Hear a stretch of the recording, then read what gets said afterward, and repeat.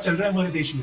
हर साल करीब 10 lakh candidates UPSC का एग्जाम देते हैं एक सपने के साथ। एक दिन वो डिस्ट्रिक्ट कलेक्टर, हेल्थ सेक्रेटरी या फिर प्राइम मिनिस्टर के ऑफिस में काम करेंगे देश की सेवा करने के लिए। उनके लिए मूवीज बनाई जाती है उनको इंस्पायर करने के लिए कि हार मत मानो, रीस्टार्ट करो।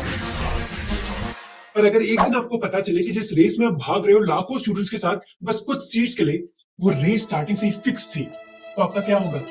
आपको तो बोला जा रहा है रीस्टार्ट करो, और कोई और फिनिश लाइन तक पहुंच गया, वो भी चीटिंग के साथ। मिलिए पूजा खेड़कर से, एक आईएएस ट्रेनी जो पुणे में अपनी ट्रेनिंग कंप्लीट कर रही थी, और उनका बिहेवियर एक सरकारी कर्मचारी की तरह नहीं बल्कि देश की महारानी की तरह था। उन्होंने कई स्पेशल प्रिविलेजेस की मांग करी, जैसे अपनी प्राइवेट ऑडी गाड़ी में लाल बत्ती, वीआईपी नंबर प्लेट और महाराष्ट्र सरकार बोर्ड की मांग। आईएएस पूजा ने कलेक्टर को अपने लिए अलग से बैठने की व्यवस्था, कार, आवास और कांस्टेबल तक की मांग की थी। उनकी करतूतों ने पूरी सरकार को हिला दिया। गवर्नमेंट ने एक पैनल को क्रिएट किया इसके बारे में इन्वेस्टिगेशन करने के लिए, और प्राइम मिनिस्टर्स ऑफिस ने खुद एक रिपोर्ट मांगी उनके केस पर, जिसके बाद फर्जी प्रमाण पत्र जमा कर आईएएस बनने के आरोपों की जांच के लिए केंद्र सरकार ने एक समिति बना दी है। पर ये केस इतना शॉकिंग है कि कुछ डिटेल्स पर आपको विश्वास ही नहीं होगा। आपको लगता है कि ये सिस्टम हैंग करते हैं, पर इनसे मिलिए जो सिस्टम को हैंग नहीं बल्कि सिस्टम पर चाटा मारती है। जानते हैं इस केस की सारी डिटेल्स। महाराष्ट्र के अहमदनगर डिस्ट्रिक्ट में एक तहसील है पाथर्डी। उधर एक परिवार है जिसमें कई पॉलिटिशियंस और ब्यूरोक्रेट्स हैं। ये पूजा का परिवार है। उनके पिताजी दिलीप राव खेड़कर एक रिटायर्ड आईएएस ऑफिसर है जो महाराष्ट्र पोल्यूशन कंट्रोल बोर्ड में काम करते थे, और वो एक पॉलिटिशियन भी। उन्होंने 2024 के लोकसभा इलेक्शन वंचित बहुजन अघाड़ी पार्टी से लड़े और उनको उधर 15,000 वोट भी मिले। पूजा की माँ उसी तहसील में भालगांव गांव की सरपंच है जहाँ से परिवार आता है। वो एक पुराने वीडियो में भी पाए गए जो अभी रिसेंटली सोशल मीडिया पर वायरल हुआ है, जहाँ वो एक किसान को धमकी दे रही थी बंदूक के साथ। गांव के कई लोगों ने कहा कि ये परिवार किसानों की जमीन हड़पने की कोशिश कर रहा है, और जो माँ है मनोरमा खेड़कर, वो उस समय एक किसान को धमकी देने आई थी अपने सिक्योरिटी गार्ड्स के साथ। पर मैं इस इंसिडेंट के बारे में और बात नहीं करना चाहता, क्योंकि मैं फोकस करना चाहता हूँ पूजा के केस में। पूजा के दादाजी भी एक सीनियर ब्यूरोक्रेट थे हमारी सरकार में। पूजा ने अपनी एमबीबीएस पुणे से करी, और उन्होंने कहा कि उन्होंने दिल्ली के गंगाराम हॉस्पिटल में काम भी किया है एज एन एंडोक्रिनोलॉजिस्ट। ये वो डॉक्टर्स होते हैं जिनको हार्मोन्स के बारे में पता होता है। उन्होंने यूपीएससी का कई बार एग्जाम दिया, और 2019 में इंडियन रेवेन्यू सर्विस यानी कि आईआरएस में उनको भर्ती भी मिल गई। I was supposed to be allocated to IRS IT, but my allocation is pending. Is it on account of some legal issues? Yes, sir. What was that? There are some technical issues in the OBC allocation. Okay. जिसके बाद उन्होंने नवंबर 2021 में sports authority of India में assistant director की job के लिए apply किया, और उनको वो जॉब मिल भी गई। और इसी साल 2021 में उन्होंने यूपीएससी का एग्जाम फिर दिया, और उनको आईएएस की रैंक भी मिल गई। उन्होंने अप्लाई किया था 2 रिजर्वेशन कैटेगरीज के नीचे। पहला है ओबीसी और दूसरा है PWBD, persons with benchmark disability category. Disabilities में भी उनको हाईएस्ट कैटेगरी की रिजर्वेशन मिली थी, लेवल 5। लेवल 5 उन लोगों की होती है जिनके पास मल्टीपल डिसेबिलिटीज होती है। पूजा ने यूपीएससी को कहा था कि उनके पास 2 डिसेबिलिटीज है, एक तो वो विजुअली इंपेयर्ड है यानी कि वो ढंग से देख नहीं सकती, और दूसरा वो मेंटली इल है। और अब कंट्रोवर्सी स्टार्ट होती है।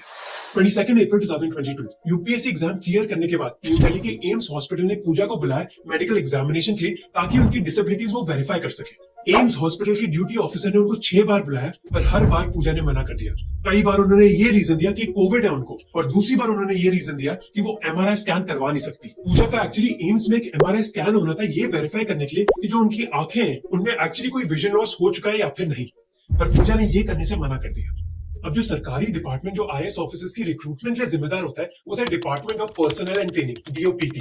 22 सितंबर 2022 में एम्स ने एक लेटर लिखा था डीओपीटी को, ये कहते हुए कि जो कैंडिडेट है वो हमारे साथ कोऑपरेट नहीं कर रही है मेडिकल एग्जामिनेशन के लिए। फिर अगले महीने 14 नवंबर 2022 को एम्स ने एक और लेटर लिखा डीओपीटी को, और कहा कि इसको कैंडिडेट नहीं बनाना चाहिए हमें। फिर पूजा अपना केस लेकर गई सेंट्रल एडमिनिस्ट्रेटिव ट्राइब्यूनल यानी कि सीएटी के पास। ये वो सरकारी बॉडी होती है जो गवर्नमेंट ऑफिशियल्स की रिक्रूटमेंट पर कोई भी डिस्प्यूट होता है तो उस मैटर को वो सेटल करते हैं। उनके एडवोकेट वैभव कुलकर्णी ने सीएटी को बताया कि उनकी क्लाइंट पूजा में एक मेंटल इलनेस है, क्लॉस्ट्रोफोबिया, जिसकी वजह से वो एमआरआई स्कैन नहीं करवा सकती। क्लॉस्ट्रोफोबिया बेसिकली एक डर होता है जब आपको एक बंद जगह में बहुत अजीब सा लगता है। अपने आर्गुमेंट्स में वैभव ने कहा कि आप एमआरआई स्कैन मत कराओ, बल्कि दूसरे तरीके से उनका मेडिकल एग्जामिनेशन कर लो, पर सीएटी ने ये करने से मना कर दिया। इसके बाद पूजा अपने केस के साथ बॉम्बे हाईकोर्ट चली गई। फिर बॉम्बे हाईकोर्ट ने पूजा के हक में रूलिंग करी। उन्होंने कहा कि आप सीएटी की इन्वेस्टिगेशन बंद कराओ, और एम्स न्यू दिल्ली को कहा कि आप दूसरे तरीके से इनका मेडिकल एग्जामिनेशन कराओ। उसके बाद क्या हुआ हमें नहीं पता। उनके लॉयर ने कहा कि पूजा ने उनको बताया कि उनका मेडिकल एग्जामिनेशन हो गया है और उनको क्लियरेंस भी मिल गई है। अब जो लेटेस्ट न्यूज आई है उसने बताया कि पूजा ने एक प्राइवेट मेडिकल फैसिलिटी से अपना एमआरआई स्कैन करवाया था और वो सबमिट किया, एम्स न्यू दिल्ली से नहीं। पर इसके बाद ये मैटर दब गया। अब इसके बाद पूजा की ट्रेनिंग स्टार्ट हुई। पुणे के डिस्ट्रिक्ट कलेक्ट्रेट में वो एक असिस्टेंट कलेक्टर बन गई। पर एक आरटीआई एक्टिविस्ट जो उनके बारे में इन्वेस्टिगेशन कर रहे हैं, उन्होंने कई सवाल पूछे पूजा की पोस्टिंग के बारे में कि उनको तो भंडारा डिस्ट्रिक्ट की पोस्टिंग मिली थी, तो उनको पुणे में कैसे ट्रेनिंग की अपॉर्चुनिटी मिल गई। जो भी कैंडिडेट यूपीएससी एग्जाम्स क्लियर करता है आईएएस बनने के लिए, उनको 2 साल का प्रोबेशन पीरियड पास करना पड़ता है। ये उनका ट्रेनिंग का पीरियड होता है। ट्रेनिंग के बाद इन सभी लोगों को एक एग्जाम पास करना पड़ता है, और अगर उन्होंने वो एग्जाम पास कर दिया, फिर वो एक पक्के आईएएस ऑफिसर बन जाते हैं। अब इस प्रोबेशन के दौरान अगर कोई ट्रेनी एग्जाम फेल कर देता है या फिर वो रूल्स का पालन नहीं करते, तो उनकी प्रोबेशन कैंसिल करी जा सकती है। इसका मतलब है कि उनको भर्ती नहीं मिलेगी। 3 जून 2024 से उनकी ट्रेनिंग स्टार्ट होनी थी पुणे में, पर प्रॉब्लम्स पहले से ही स्टार्ट हो जाती है। पुणे की डिस्ट्रिक्ट कलेक्टर सुहास दिवसे ने एक 25 पेज की रिपोर्ट सबमिट करी नितिन गडकरी को, जो महाराष्ट्र के एडिशनल चीफ सेक्रेटरी है, जहां उन्होंने कहा कि उनकी कई मांगे तो अपनी पोस्टिंग से पहले ही स्टार्ट हो गई थी। पर पूजा की मांगे तो पहले ही स्टार्ट हो गई थी, जिसके बारे में डिस्ट्रिक्ट कलेक्टर को जानकारी नहीं थी। 18 मई 2024 को पूजा ने नवी मुंबई के डिप्टी कमिश्नर ऑफ पुलिस विवेक पंसारी को एक कॉल किया और कहा कि जिस आदमी को उन्होंने पकड़ा एक स्टील की चोरी के मामले में, वो उसको जाने दे। पर इस दबाव के बावजूद नवी मुंबई पुलिस ने पूजा की बात मानी नहीं, और वो आदमी अभी भी जेल में है। अब पूजा ने मांग करी क्यों, इसके बारे में हमारे पास जानकारी नहीं है, पर आईएएस ऑफिसर बनने से पहले ही उन्होंने पुलिस पर दबाव डाला। पर पुणे के जो डिस्ट्रिक्ट कलेक्टर थे सुहास दिवासे, उन्होंने सही कहा कि पूजा ने कई मांगे करी अपनी ज्वाइनिंग डेट से पहले। जैसे आपकी स्क्रीन पर ये व्हाट्सएप के स्क्रीनशॉट्स पढ़ो। इधर पूजा पुणे के कलेक्टर के ऑफिस से कैबिन और अकोमोडेशन की मांग करती है 23 मई को, ज्वाइनिंग डेट के 10 दिन पहले। जब उनको कोई रिप्लाई नहीं मिलता, तो अगले दिन वो बोलती है kindly respond, it is important. जब एक ऑफिशियल रिप्लाई करता है कि ये सब हो जाएगा मैडम, तो वो रिप्लाई करती है कि ये मेरे आने से पहले हो जाना चाहिए, ना कि आने के बाद। पुणे के डिस्ट्रिक्ट कलेक्टर ने अपने लेटर में लिखा कि जब एडिशनल कलेक्टर मुंबई गए थे 4 दिनों के लिए, तब पूजा ने उनका चेंबर ही ले लिया। उधर उन्होंने फर्नीचर की मांग करी और लेटर हेड की मांग करी। इसके अलावा उन्होंने अपने नाम का बोर्ड उनके चेंबर के बाहर लगा दिया। उसी दिन फिर पूजा के पिताजी का फोन कॉल आया तहसीलदार को। उन्होंने धमकी दी कि तुम मेरी बेटी को परेशान कर रहे हो, जो एक वुमन ऑफिसर है। इन सारी करतूतों के लिए तुमको कई चीजें झेलनी पड़ेगी। अब इंटरेस्टिंग बात यह है कि पूजा ने एक मॉक इंटरव्यू में कहा था कि उनकी इनकम 0 है, क्योंकि उनके पेरेंट्स सेपरेटेड है। उनका उनके पिताजी के साथ कोई संबंध नहीं है। पर डिस्ट्रिक्ट कलेक्टर ने अपने लेटर में लिखा है कि 12 और 13 जून को उनके पिताजी डिस्ट्रिक्ट के ऑफिस में आए थे उनके साथ काम करने के लिए। और इधर उनके पिताजी दिलीप खेड़कर ने ऑफिशियल्स को कहा कि उनको पूजा को एक ऐसा ऑफिस देना होगा जहां अटैच रेस्टरूम हो, और उनको डांटा भी कि पूजा के आने से पहले उनका ऑफिस क्यों तैयार नहीं।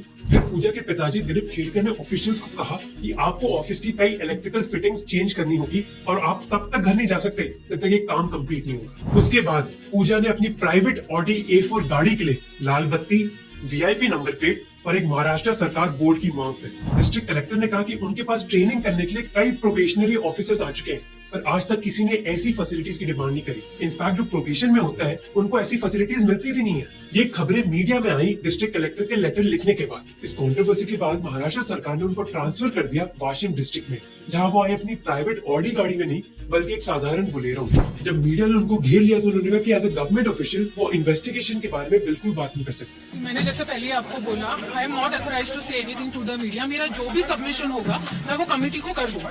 उन्होंने मीडिया को कहा कि वाशिम डिस्ट्रिक्ट को ज्वाइन करने में वो बहुत एक्साइटेड है। पर आपने वो कहावत सुनी है कि हाथी के दांत दिखाने के कुछ और, खाने के कुछ और। ऐसा ही हो रहा है पूजा के साथ। उन्होंने मीडिया को कहा कि वो बहुत एक्साइटेड है वाशिम डिस्ट्रिक्ट को ज्वाइन करने में, पर उन्होंने अपनी ड्यूटी टाइम पर ज्वाइन नहीं करी। ड्यूटी के तीसरे दिन वाशिम के डिस्ट्रिक्ट कलेक्टर भुवनेश्वरी एस ने कहा कि हमें सरकार का ऑर्डर तो मिल चुका है, पर पूजा ने अपनी ड्यूटी ज्वाइन करी नहीं है। ना उन्होंने मुझे या फिर किसी और ऑफिशियल को कांटेक्ट करने की कोशिश करी। पर पूजा की कहानी में कई और ट्विस्ट हैं। जैसे एक ट्विस्ट है कि उनको ओबीसी रिजर्वेशन मिली कैसे। 1990 में मंडल कमीशन के कई सजेशन हमारी सरकार ने इम्प्लीमेंट करे थे, जिसके तहत ओबीसी कम्युनिटी को 27% रिजर्वेशन दिया जाएगा सरकारी इंस्टीट्यूट्स और गवर्नमेंट जॉब्स में, पर कुछ कंडीशंस पर। कंडीशन ये थी कि आपके माता पिता सरकार में ग्रुप ए या फिर ग्रुप बी ऑफिसर्स नहीं हो सकते, और आपकी एनुअल इनकम 8 लाख से ज्यादा नहीं हो सकती। इनको कैटेगरीज को कहा जाता है क्रीमी लेयर, यानी कि आप ओबीसी कम्युनिटी से तो हो, पर आप वैसे ही प्रिविलेज्ड हो, तो आपके लिए रिजर्वेशन नहीं है। रिजर्वेशन है बस नॉन क्रीमी लेयर के लिए। अब आरटीआई एक्टिविस्ट विजय कुंबर ने बताया कि उनके पिताजी की इलेक्शन एफिडेविट में 40 करोड़ की जायदाद पाई गई है और 43 लाख की एनुअल इनकम, फिर 110 एकड़ की एग्रीकल्चरल जमीन, 7 प्रॉपर्टी, 900 ग्राम गोल्ड डायमंड्स और 17 लाख की गोल्ड वॉच भी पाई गई है। और ओबीसी की नॉन क्रीमी लेयर की रिजर्वेशन मिल गई। इस पेपर को देखो अपने स्क्रीन पर। मजाक की बात यह है कि डीओपीटी जो पूजा के खिलाफ इन्वेस्टिगेशन कर रही है, उनकी वेबसाइट में ही दिया गया है कि पूजा की 7 प्रॉपर्टीज है अहमदनगर और पुणे में, जिसकी टोटल वैल्यू 17 करोड़ है और इन प्रॉपर्टी से उनकी एनुअल इनकम 48 लाख है। 2 तो उनकी मां ने उनको गिफ्ट करी थी और 5 उन्होंने खुद खरीदी। और यही डीओपीटी ने उनको नॉन क्रीमी लेयर की ओबीसी रिजर्वेशन भी दे दी। क्या चल रहा है हमारे देश में? सरकार ने अब एक पैनल सेटअप किया है पूजा के केस को इन्वेस्टिगेट करने के लिए और उन्होंने पूजा के पिताजी के खिलाफ भी कार्रवाई स्टार्ट कर दी है। पर अभी कहानी खत्म नहीं हुई।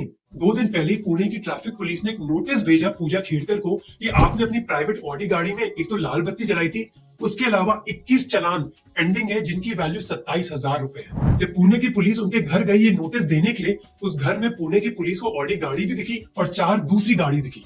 पर सरप्राइजिंगली अगले दिन, नोटिस के 1 दिन बाद, वो ऑडी गाड़ी उस बंगले से गायब हो गई। ये सारी चीजें पूजा खेड़कर के बारे में है, जिन्होंने मॉक इंटरव्यू में कहा था कि उनकी 0 इनकम है। Your father worked some bank or where? Sir, no, sir, he's a civil servant. You have shown actually 0 income. ऐसी खबरें देखकर बहुत गुस्सा आता है क्योंकि ऐसे लोग सिस्टम को बस मिसयूज नहीं कर रहे, बल्कि उसका मजाक उड़ा रहे। हमें ये याद रखना चाहिए कि एक पॉलिटिशियन तो सिस्टम में बस 5 साल तक रह सकता है, पर आईएएस ऑफिसर सिस्टम में 30 साल तक रह सकते हैं। और पूजा की खबर तो बाहर आ गई। अब सोचो कि ऐसे कितने केसेस होंगे जिसके बारे में हमें जानकारी ही नहीं है। केरला में 2016 बैच के आईएएस ऑफिसर आसिफ के यूसुफ के खिलाफ भी कार्रवाई हुई थी क्योंकि उन्होंने अपने इनकम डॉक्यूमेंट्स फॉर्ज करे थे ओबीसी की नॉन क्रीमी लेयर की रिजर्वेशन के लिए। पूजा सिंघल जो 21 साल और 7 दिन की उम्र में यंगेस्ट आईएएस ऑफिसर बनी थी हमारे देश की, और जिनको देश का भविष्य बताया जाता था, 11 मई 2022 को ईडी की रेड हुई एक मनी लॉन्ड्रिंग केस में जहां वो पकड़ी गई। करीब 19.5 करोड़ कैश बरामद हुआ और पता चला कि उन्होंने Mahatma Gandhi national rural employment guarantee scheme से करीब 19 करोड़ रुपए डिवर्ट करे हैं। आज भी वो कस्टडी में। आईएएस ऑफिसर्स में करप्शन एक ओपन सीक्रेट है। एक आईएएस ऑफिसर ने बताया कि ऐसी बातें तो होती रहती हैं, पर कोई पब्लिकली बात नहीं करता, या तो डर की वजह से या फिर वो खुद ही करप्ट है। फॉर्मर आईएएस ऑफिसर और आरबीआई गवर्नर डी सुब्बाराव ने कहा कि 25% आईएएस ऑफिसर्स या तो करप्ट है, इनकॉम्पिटेंट है या फिर इनएफिशिएंट है। प्रॉब्लम यह है कि इन आईएएस ऑफिसर्स के खिलाफ इन्वेस्टिगेशन करना भी इतना आसान नहीं है क्योंकि आपको गवर्नमेंट से परमिशन लेनी पड़ती है और कई बार सरकार ही परमिशन नहीं देती। अप्रैल 2022 में सीबीआई कई आईएएस ऑफिसर्स के खिलाफ कार्रवाई करना चाहती थी जो 2200 करोड़ के पीएफ स्कैम में पकड़े गए थे, पर यूपी सरकार ने परमिशन देने से ही मना कर दिया। एक सीनियर आईएएस ऑफिसर ने कहा कि आईएएस ऑफिसर्स के इतने अच्छे कनेक्शंस होते हैं, इससे अगर किसी पर आरोप भी लगे तो वो अपने कनेक्शंस यूज करके इन्वेस्टिगेशन बंद करवा देते हैं। सरकार के खुद के डेटा के हिसाब से 2016-2019 के बीच उनको 2500 करप्शन की कंप्लेंट्स आई है आईएएस ऑफिसर्स और सिविल सर्वेंट्स के बारे में। और गेस करो कि 2500 में से कितने लोगों को एक्चुअली कन्विक्शन मिली है? 2 आईएएस ऑफिसर्स को। इसलिए हमें पूरी सिस्टम को बदलने की जरूरत है। कोई फायदा नहीं अगर हम कैंडिडेट्स को रीस्टार्ट करने के लिए बोले, अगर पूरी रेस ही स्टार्टिंग से फिक्स है। और ग्रोथ स्कूल में एनरोल करना मत भूलना, डिस्क्रिप्शन में लिंक है, पहले 1000 लोग।